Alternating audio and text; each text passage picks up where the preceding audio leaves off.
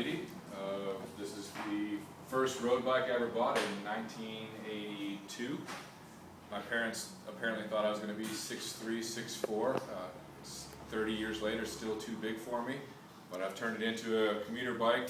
It didn't run on the road at all for about 20 years. It was just hanging in a shed for a long, long time. A couple years ago, I was going through too many parts on my commuter bike, and I decided to put this back into service, so I rebuilt it as a commuter, and so 30 years later, still running on the road. All right. And I think I'm happy and it's happy.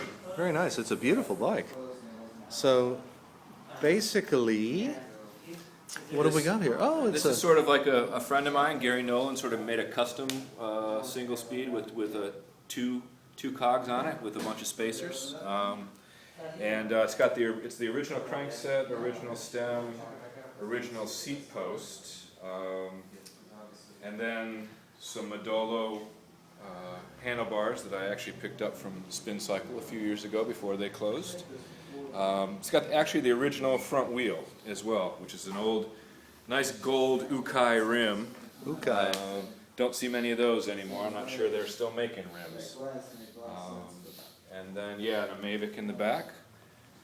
And I sort of just did my own, decided I wanted to do camo, because I thought the brown matched with camo, so I started with camo bar tape, and then I did my own camo paint job on the rack and the bottle cage just for fun.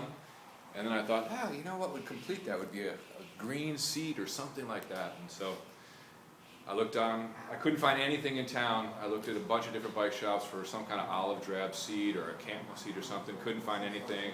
Had people looking catalogs, didn't find anything. But boom, 5 minutes online, I found this seat, and you know, it's a cheap seat, but I'm never on this bike for more than about 45 minutes at a time, so I don't need a real plush seat. Very cool.